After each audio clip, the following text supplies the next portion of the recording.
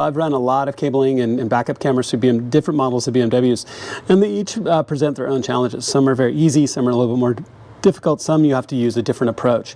This has ended up very much being a different approach, and so I try as much as I can to show what I do rather than just tell you, but on this one it was difficult to show you, so I'm going to tell you what I did. So remember, we had it hanging out of this hole right here, as we fished it out, and you can tell it's not there anymore.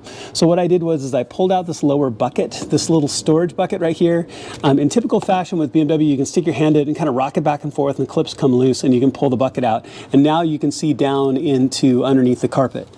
So what I did from there was I reached behind, I fished the line by hand down behind the carpet so I could reach it down here in the bucket. I then took this carpet here. You can tell this is the carpet liner for the storage area. There is a large T20 plastic screw right here, so I took that screw out to give myself a little bit more room. I then fished the cable underneath the carpet here, out through the gap right here. Then you run all the way up. Let me get a little bit better lighting. You pull the carpet out and you run it under this edge of the carpet right here, all the way up until you get to that upper section right there. And it's going to be a matter of making it all around all of the bends, right? So now we would be right up here. So you'd have the cabling coming out right here.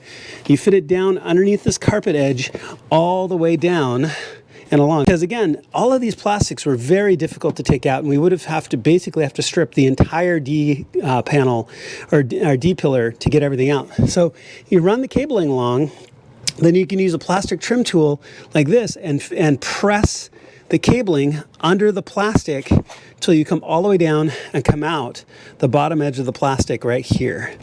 Now, I've pulled the door sill trim right here. This is really easy. You just get your fingers on it and pull. If you leave some of the posts behind like it did, you just take a pair of pliers and rock these posts out, and then you'll put them back in the trim here in just a second.